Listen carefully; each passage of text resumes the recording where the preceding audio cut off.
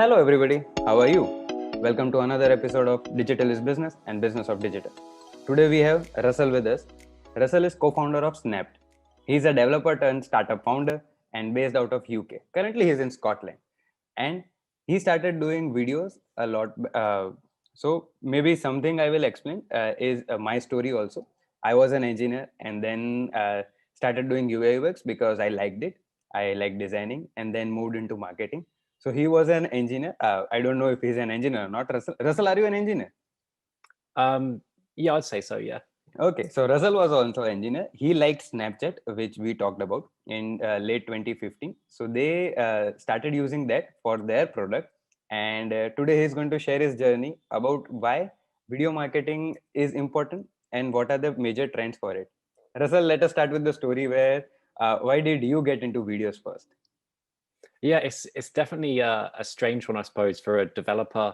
Normally, like the idea you think of is like people in a room just typing away, and that was definitely what I was like before this. So this was back in around the end of 2015. This whole journey started, and we had another company before this where it was basically a place for developers to share snippets of code.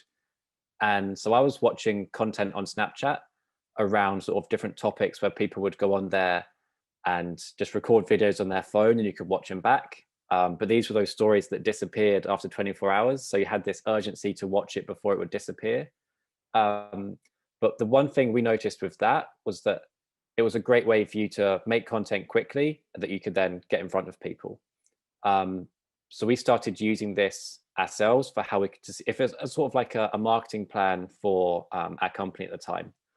But as we saw how popular this content was and that people were just, this was disappearing every day, we thought that there should be something that they can do to save their content. So that was our journey, how our journey started with Snapped, and my journey in a sense as well, with making video content and learning how this can be used as a developer and someone who was at the time quite scared of going in front of camera. That was where it all began for me, really. Okay. So, as you said, it was scary in going in front of camera. So, what were your initial thoughts when you started, and how did you motivate yourself? Because one thing that I know about developers is they always want to be in their own shell, and they would like to do their own thing and then go. It is done. They don't want to come in front of anybody, or most of the time, it is said that they are not good communicators in that way, and the field that you are getting into is into communication, it is into visual art. So how did you motivate yourself, and what were the challenges that you faced in the initial days? Definitely. I mean, the motivation at the start was because I was just like, this company has to work. I have to find a way of doing it. And I'm I'm not going to lie, it was really difficult at the start. So it was just to now, if I was to say what is the sort of the three best ways you can start doing this, is first is not worrying about firstly how you come across. So even now, if I make a mistake or something, I'll just forget about it and just keep focusing. But to put it into perspective, to make a 1 minute video back then, it would probably take me between 30 minutes to an hour just to record it, because I'd record it and then be like, oh no, why did I say that? Or the lighting might be wrong or something, or I'd get confused over the point I was trying to make and I'll just stop and start again. But to actually do this effectively, you need to sort of not think about any of that. So the best way to get started still now, I think, is to use the front facing camera on your phone. So most phones these days, the cameras are more than enough to use on social media or even on YouTube, for example. So all you need to do really is just say, this week, I'm going to dedicate it to getting comfortable on video. So all you would do is pick a topic that you're really interested in. So for me, that was cricket. So I would record a short video every day. So at least a minute around that mark every day of me talking about the latest matches or something to do with the sport. And then over the course of a week, you find that you get more comfortable. And what you also do is you change the way that you would actually communicate it based on the video. So at the start, I thought, because this is going to be shared to a lot of people, the way I'd do it at the beginning is I'd talk about it as if I was like presenting it to a lot of people. But the best way when you're talking, especially with a video, is to speak as if you're talking to one specific person, because when someone's watching a video, it is just one person. It's like it's them and you, and everything else doesn't really matter. So you want to try and build that connection. But anyway, back to when you're first recording it, after the second day of recording like this short 1 minute video, watch it back and just think of three things that could be improved. So for me, for example, I think it was, for one, is talk slower, because I would be rushing through what I was trying to say. And then the next point is either be more expressive or less expressive. So I found I would either move my hands a lot or not move them at all. So I'm quite rigid. And over time, I found the best way is to just be conscious of how much you're moving. And then that sort of dictates how fast you're talking. And so, but it'll be different for everyone, the different way that you would naturally speak. But then, so once you've made those 3 points, carry on recording the videos over the course of the week, but just be mindful of those points that you've noted down. And then at the end of the week, you should notice, I mean, I think for everyone, you'll definitely see an improvement. But what you've created then is not only have you made a video that you could, use and share somewhere, but you've made something that's completely unedited. So it's all in one take, which for most people recording YouTube videos now, that never happens. Like there's always like different edits here and there. So you've already made something that is, much better, not necessarily better to watch, but better in terms of how complicated that would be to do. So when you then move into, recording live streams, making videos on YouTube, it's then much easier because you've started from this sort of week-long process that only really takes 7 minutes in total. So the week-long process that you said, it's a great start. Maybe I will also try to implement that. One thing which I found out was talk slower. I have got the same feedback. So this is the 10th episode of our podcast, and after hearing the first two, everybody said that you need to calm a bit. That you said that sometimes people get more excited and sometimes don't in that way. Yeah. So those are the some things. But do you feel that people sometimes don't judge themselves that much in a way that they would be very frightened in a way of uploading things? So can there be other way around where you don't do things publicly, but again are creating something for your community in that way? Yeah, definitely. I mean, the first step, it's like you say, what are people going to think? They're going to judge me in a certain way. But Yeah. the first thing I found is because I was using Snapchat back then, I just posted it because I knew it would be deleted after 24 hours anyway. But what you typically find is something that you might be worried about, or, is someone going to say this or say that? Or even if, do I look nervous? What you find usually in videos is that just comes across as being authentic. You look more real. And these days, where so many videos are edited and you don't know if someone's telling the truth, if someone's, you can see they're trying to, put forth their views and go on camera. And even if they're nervous and shaking a little bit, that can actually help. It can make people want to support you. They'll become a supporter, and it comes across, as long as it's not what would you say, as long as the camera is steady and you're making sense of what you're saying but just seem a bit nervous, I think those little bits actually can help. But like you say about how do I have to publish it, you don't have to. If you say that first week is just to make you feel comfortable on camera, then you can just keep it for yourself. And then maybe Understood. in the future, when you've become more comfortable and you've been posting for say a few months, that could become a video in itself. This is what it took to get here.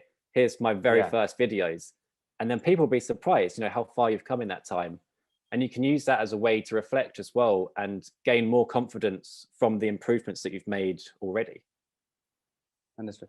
So talking in terms of improvements that are there, so you would have seen the trends changing for last 4 years as you are creating content in that way, with Snapchat initially having a video based tool as a thing. Then Instagram tried to copy stories came everywhere. Now they are on LinkedIn also in that way. So now we are seeing TikTok. So TikTok is there, then TikTok is being copied by everybody. The format is being copied. So what do you think, what are the major trends, so which are going to be there in 2021, which people should know about, or should follow? Definitely. I mean, if you look at all of those apps that you've mentioned there, and even the stories format and TikTok, the thing I would look at is what do they all have in common? And the biggest thing that connects all of those different formats is that one, it's mobile, it's short form, and it's usually a person on the screen with not much else, in the frame. So it's just a person talking to you. So in a way, you could say it's similar to a FaceTime call or even a Zoom chat. It's very similar format, but they're on a phone, or they might have music in the background, or quick edits that you find on TikTok. But the format is more about humanizing video content. So it's moving away from this more, I'd say on YouTube, typically before they went through this trend of everything had to be edited perfectly and it couldn't be uploaded unless it was, this perfect produced, almost like a mini film. But with Snapchat, especially, I think it started this trend of just humanizing social media. And now this is coming across to YouTube. So I would call it minimal editing. So it's basically you're taking out things that you don't want in the video, but everything else basically stays in there. And if you look at TikTok in particular, that's basically how it works. So you film a little bit, then you film a little bit more, maybe add music, you don't have to, and then publish. So it's shortening that time frame from recording or whenever you create it to publishing. And I think, you know, aside from, trends in terms of the actual content you want to create, the biggest trend I think is shortening the gap between when you create the content and when you publish it. Which is, I suppose it's quite a simple thing to say, but when you really think about it, it's just recording it, not thinking too much about it, and then publish. And then the more you do that, you start to worry less about, the moment of recording and then publishing, because the main goal of making videos or content on social media or whatever it is, any form of content, is to create conversations. Because ideally you either want to create followers, you want to sell more products if you're a company, and that comes through starting these conversations, and that comes through making more content. Obviously you don't want to you want to have some sort of value, so every video you create needs to give some value, but that could just be entertainment value. If you're an influencer, that's sort of the main type of content they create. But I would say, especially on social media, the biggest trend is just towards having shorts, human videos that people can interact with. So when we see the trend, and that you said that videos are very important in a way, and people like to see, I think more human side is, maybe if we can call it a raw video in a way, what is more real in that sense. So if we talk about the sense how things were changing in 2016, 2017, a lot of people or handles in which were, maybe if you say Manchester United or cricket teams also, they all started showing what was behind the scenes. So what was happening in the dressing rooms and those kind of things. If I both of us are a cricket fan, so we know after the scandal which happened with Australian team, they had a series which came on Amazon Prime, which just showed what happened behind the scenes for the company, in that way, for the whole team, and the 18 months journey which was there. And in the same ways, people like to see more real. It is coming up. So what can the brands do, or small agencies do in this way? Because again, they don't have that much content in the first place, because they are agency and they are in that way. If you are handling a brand, it is easy because you have to talk about those things. What would be some suggestions which a agency can grab onto, that these are the things as an agency you can do? What would be that? It's a great question. I think the first thing I'd look for is try and have one person first who can be like the host of that agency. So one person who leads the content on camera. You can have different people behind the scenes and you can highlight different people on the team, but I think definitely start with one person who either feels the most comfortable to be on camera or is the most knowledgeable about a certain topic that you want your agency to be known for. Pick one particular niche, even if you work in lots of different areas, which most agencies do. Pick one niche which can be the cornerstone of your content, and then from there, just start to document what a typical day looks like. Because, like you mentioned there, and still now, the most popular type of content that people really want to see is behind the scenes, but that could be, there's different areas within that as well. It could be like the morning routines of different people within the company. It doesn't necessarily have to be on the work side, and that can then get people interested more, around that particular part. So it could be like, the coffee machine and the conversations that start around there. And it just starts to make each part of the company again more human. It breaks down that barrier again behind, we're a company. I think the biggest example of that is with banks. They're the most example of this. It's a company, there's no people behind it. But when you start to see that, I mean, recently I noticed, it's a slightly different subject, but where lockdown happened here in the UK, and they couldn't have their proper camera team in to record a new ad for TV.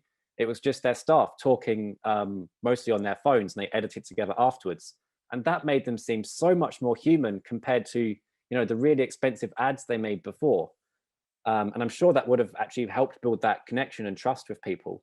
And it'll be exactly the same for agencies. If you just have people there talking through their normal routine and then add in a few snippets then of what the company does, that particular niche, and then build from that. I think that's the best way. But it's really important, I think, to have that consistency of one particular host, and then they can then introduce more people throughout the journey of the content as well. So, do you think, Russell, that having a particular person leading the charge will always help agency as a whole? So, suppose we have Gary Vee also. So he leads the charge of his agency. He is also agency owner at the end of the day, though it is a very large company. Then we have Elon Musk. He is the one who is leading the charge of the same. But on the other side, we have people at Google also. Both the founders are not so active. They don't do anything, and then the product is leading that way. Facebook also, the founder is not that much active on the platforms, but yeah, he is vocal about what he thinks in that way. Microsoft again, Bill Gates was very active when he was in the limelight. He was social a bit in those days also.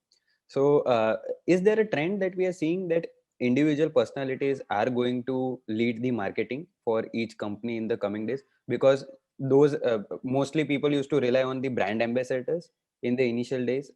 So early days, I think early 2000s, still that was the trend. Today we have influencers, but then the company owners need to become their brand ambassadors themselves. Is there something, a trend which you are seeing? I think so. And I'd put this down to as well the fact that there's just so many more companies now. So when companies start, before they can get to the place that they can hire someone to be in charge of it, the Yeah, founders need to be comfortable with being that themselves. Whilst you're still in that growth stage, you might not get to that next round of funding or, grow those customers unless the founders can be comfortable being on camera or creating content or whatever it is. So I think that is definitely driving this trend. It definitely doesn't have to be the case. It could be that you outsource it to content creation agencies, for example, and that can work. But again, there's the cost involved. So when yeah, companies are small, they need to find a way of making content themselves, because it is the best way of growing is through content. Even more than ads, I'd say, because it's just so much more sustainable, and it creates this constant stream of people coming in because they're engaging not just with your content but with you as a person as well. true. But I think that's probably the driving factor of this recently is competition is just so much higher now than it would have been in the past for all different types of companies. So if they can, the biggest differentiator for any company is you and who you are. And if the founders can do that, it helps so much. It doesn't necessarily have to be the founder, though. It could be, someone who's like the first employee. But I think that whatever way you can form a story around it to make that into a reason behind it, that could be content in itself as well. Or even, I mean, this is a slightly different way, but it could be like the office pet, Yeah, a lot of which could agencies are be, using that. yeah, it's because you can easily create a story around that. What have Yeah, they been up to today? We've got them a new toy or a new outfit, and they're trying this, yeah. and that can definitely help. And that could be a great way to start making content as well, because that's more fun, and then you introduce people after that. But yeah, I think that's definitely why, just from the amount of competition and the costs, so that they've had to. And Yeah. then once they've started that way, it's much easier to continue onwards from that. And mostly they have that one thing in common in that way. So if you see, a lot of agencies have their pets as their brand ambassadors, and they represent things in a way what their pets are saying or what are they doing today. So if a cat is not in a mood today, oh, our agency is not in mood today, and those kind of things happen. True. I think that is something that a lot of agencies will learn from in that way, that there are ways of creating content in a way. But one thing which a lot of people don't understand or fail at is using tools, and which kind of tools are the best. So before TikTok came in, TikTok is banned in a few countries in Southeast Asia now, but it changed a lot of things in a way how people edit videos. It became very easy for them to edit. But in the same ways, like Canva is there for the people who are into designing, are there any tools which people can use and create content very easily in that way? Because subtitling and those kind of things are there, which create a lot of problem for people. Yeah, I mean, it depends on the channels that you want to focus on, and this is different for every company. So I think you'll definitely start there um, to know what content you need to create. So if your channel that you know you need to focus on is YouTube, then the editing tools you use might be slightly different if your channel is Instagram, for example. But there seems to be apps appearing all the time now for different ways you can edit. I mean, TikTok makes the process so easy, and even Instagram Reels now, where they have a very similar design there. But even with stories, I still think that the best way to make the content is just using your phone. Even if you then want to bring this content to YouTube, you can still upload it and use it that way. But I'd say, so to give you a little bit more background on the way I've moved forward with my content, just on my like personal content that I create. So I started on Snapchat, and then with stories, and then moved across to Instagram after they copied Snapchat. But they also made it much easier to discover content as well. So this was making content around how to code, teaching people how to make apps. What I've done since then is I've moved this across to YouTube, because I'm now more comfortable on camera, and I can use that same skills that I've made on stories and put it onto YouTube. And all I had to do was, instead of recording on my phone like this, I just switched it like this. And all of the other equipment I've got, I can still use. So I just have a simple tripod, and you just set it up and record and just edit it together in the same way. So it's a short clip, and then you just drag in a short clip. And in terms of subtitling, um, again, it depends on the platform you want to use, but there's online tools like Veed, Capwing, even Canva. So you can just drag on the different elements. And I mean, this isn't quite what we do, but at Snapped, what our sort of main mission is to make it easy to repurpose content that you have created on your phone. So if that is for TikTok, on Instagram, and then reusing this across the web. So this could be an email campaign, on your website, even on social media again, perhaps on a different channel like Twitter, and then starting to make sure this video is put to use in more different ways.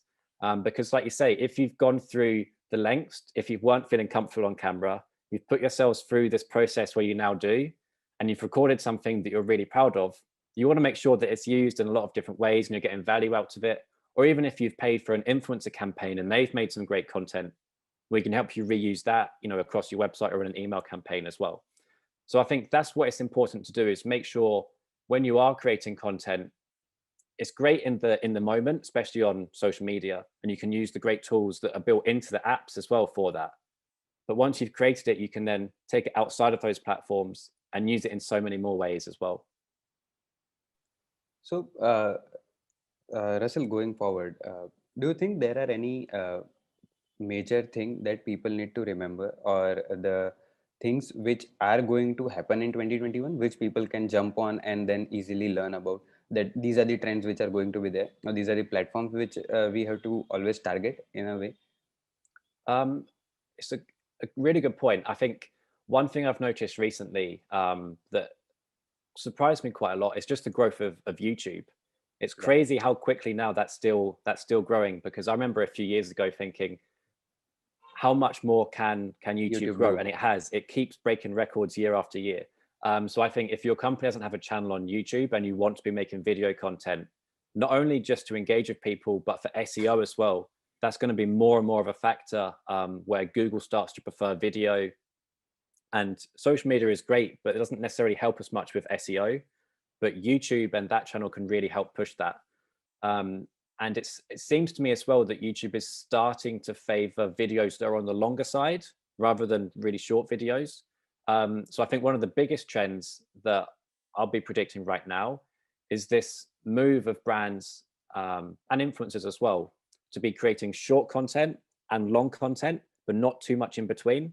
So it's this level of making sure that you're offering value in short, easy to digest chunks that is great for social media, and even a short video on YouTube, and then really in-depth, almost like free courses that you can put together for YouTube, or even for you could then take that content and use something like OBS to then live stream that. Even if you've made it beforehand, you could live stream a pre-made video if it's long enough, and that can drive really good engagement as well. And you could use that across multiple channels at the same time. In terms of the channels, I think to focus on, it depends on where your audience is. I mean, LinkedIn is is an interesting one. I think it's still a massive channel, but at the moment, it's not really being utilized. I mean, a lot of people are posting to it, but a lot of it is content that was either made on other platforms or reposted, and it feels like the same story each time.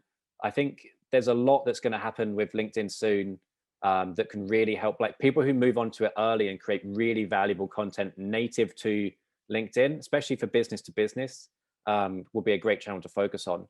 But again, Instagram, if you want to, and TikTok, if you want to find a sort of younger audience, again, that's different on each industry depending on where your audience is. But that's the research that, again, there's lots of content out there on where to find your audience. But I would say, even if you're not sure, the best way is just to test, start creating content, see how it works. And if it does work really well, reuse that on another platform as well. Not exactly the same. You might want to change it just a little bit, but that could just be adding a more in-depth intro in front of your existing video, just with, again, minimal editing, just stitch them together. But I think the most important thing moving forward is just starting. If you're not creating video content yet, now's the time to start, because it's only going to get bigger and more competitive as things move forward. So a lot of taking the question a bit more further. So while the editing part is okay, the content part is also now published, and we know which platforms to focus on. A lot of agencies always feel consistency is not coming on the place, because a team member is there and then somebody leaves and then somebody else comes, and as an agency people are always short of time in a way. And sometimes they feel posting on social media is a difficult thing, and then when we ask them to post videos, it again becomes difficult for them. So is there any way where like people say on Twitter you can automate things and it will run on its own, it will repost things here and there. So for topics, also for video topics, is there a way where people can get a guide or something of that sort, that these are the trending topics which people can talk about? Or what is your way of going forward of finding the new content pieces that you want to create? It's a difficult one. I mean, and it also is potentially the most important as well. Like you say, consistency, especially for all of the different platforms, really, and YouTube especially. Consistency is the number one thing that you can do. If you can be consistent, you're going to win in the long term. But doing that isn't easy. And like you say, thinking of content, which is probably still now the most thing I spend, maybe not the most time on, but certainly the most thinking time. It's something that not just you can post, but people are going to engage with. What are they searching for? So one of the things I would look at, and similar in the way that you would go about SEO, what blog post should you be creating? Look at that and think, okay, this is what people are searching for. And you can do the same thing on YouTube. There's tools you can get to find like search volume around certain topics. I think the best ones, there's a Chrome extension called TubeBuddy, I think it's called. And that will tell you how much volume different searches are getting. But I wouldn't just go and just create a video on that straight away. What you would then do is try and find, again, that cornerstone topic that your brand is going to be known for. And there'll be lots and lots of videos you can create around this topic. And even if it's just updating old content, that can be a really useful thing to do as well. But a tip for how to be consistent is to batch record a lot of videos in the same day, or over a couple of days, and then edit them similar at the same time as well. So it's a lot easier to stick to that task if you're doing it all in one go, rather than and then record one video today, another one tomorrow, and then go back to my other work after that. That's really difficult because you're constantly switching what you're thinking about and the different tools that you're using. And it's probably easier on your computer or your laptop as well. If you're editing in one go, it can get used to that. I'm not completely sure if that's the case in terms of the hardware, but it always seems like that with my laptop.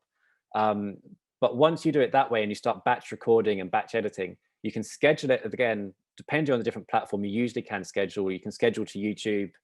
There's tools you can use to schedule into Instagram video and Facebook as well. And then you can start to create this plan of these are the topics we're going to focus on, even for a whole month at a time.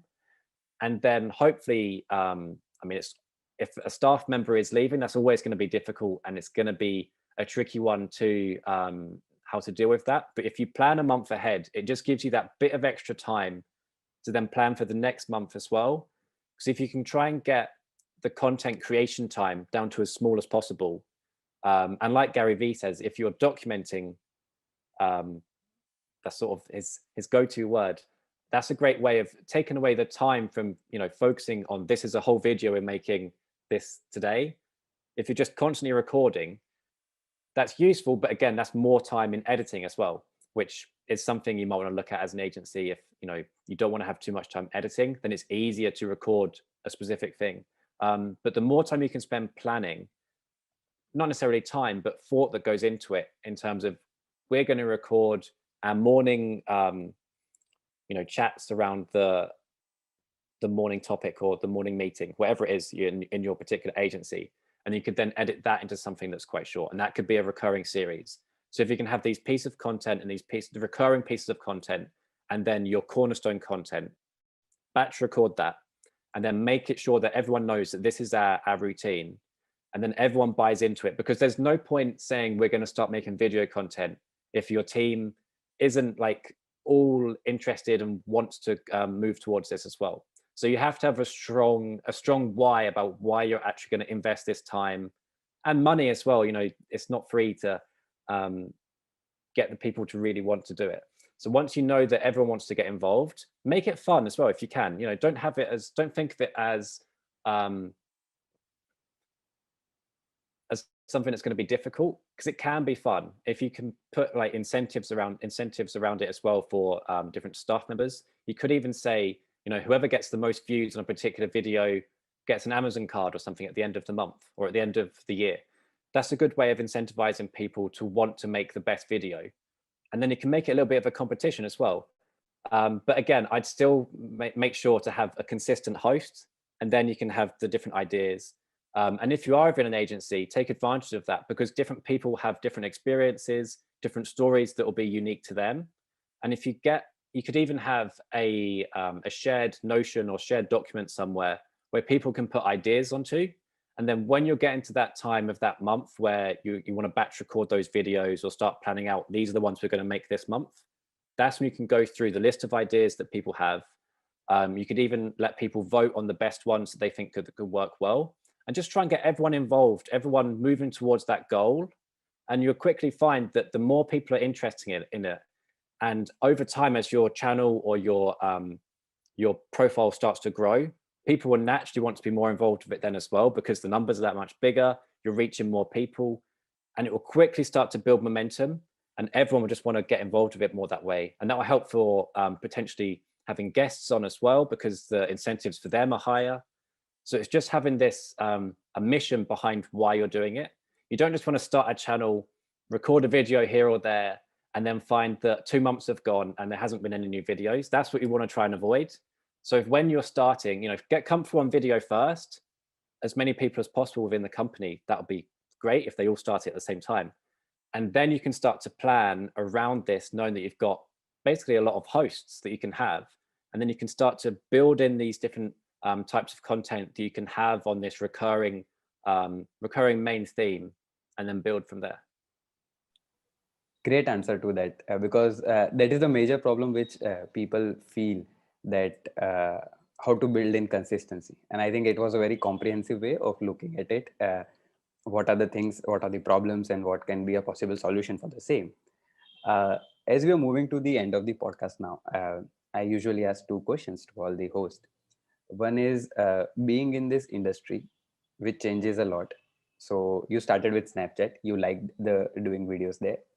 Then the things on Snapchat were copied by Instagram. Then it was copied everywhere else. Again, the organic reach on Facebook decreased. Something else happened. Google Plus came. It went. What is your motivation to keep on going in this field? Because it is a very you being a developer, if you would have learned Python or one language, it would have at least been there for next 10 years, 7 years time. So how do you see these things? I think the biggest thing is just, I almost think of it as, a boat on the water. If you worry too much about each wave, you're going to get seasick really quickly. So it's important just to try and, things are going to change. There's going to be things that are going to move. But that's why whenever I try and look at, even like when we were earlier explaining about the different apps, what are the trends there? Try and look to things that what's similar, what's the thing that they all have in common, and then trying to find that main theme. And ultimately, with social media and with marketing, the main thing you want to try and build is you want to build attention, create leads, start more conversations, and that's never going to change. The tools that we use and the channels that we use, they're going to change. Things will come, things will go. But so long as your goal around what you're trying to create, why you're doing what you're doing, and having the team working on that, then it makes it easier when things change. Obviously, if you've built a really strong TikTok profile and then the app gets banned, that's always going to be really annoying and really painful. Yeah. But if you have this mindset that this is what we're moving towards, the main goal is to create more conversations. Things will go wrong. There will be apps that might fail, but so long as you know that that's your main target, and that overall, across different channels and different areas, and it's important as well to make sure that you're building up your traffic to your website, not just relying on these platforms as well, which is where Snapped helps. But so long as you're doing all these different things, the main goal you'll be always making progress towards. And I'd say that's one of the ways that it doesn't worry me too much. But there's always going to be things that are less than ideal. You can have years like 2020 that don't go to plan. But there's no point worrying about things when it doesn't work. It's about what you do next that's the most important thing. Great. Other thing is, what are your source of getting this knowledge from? So where do you read books? Do you keep blogs at bay, or you read every day? What are the things? How do you learn new things which are coming? I mean, one of the things I try and do, I try and block out time each weekend just to try and watch a lot of content on YouTube. That's probably one of my favorite platforms at the moment. Often on double speed, so you can get through more quickly. A lot of people I like to follow on Twitter. That's a great place to just, because the tweets are short, it keeps everything condensed. And it's sort of a combination between those two. But I like reading in-depth, blog post reviews about things that people are expecting for the year. And I like reading people's yearly reviews as well about what they learn from their experience from a whole year, because it compiles it all into like really easy to digest content. But I just think it's important just to always be trying to soak up just as much knowledge, as much information as possible, but not worrying about things as well. People, I think, can get over concerned about small things, when if you have that bigger goal, again, like I was saying, then it doesn't matter too much in the short term, as long as you're moving towards that main goal that you're ultimately striving for. Great. Thanks a lot, Russell, for doing this with us. It was a great time hosting you. Thank you for coming today. Thanks so much. It's been great to chat, and it's been really interesting.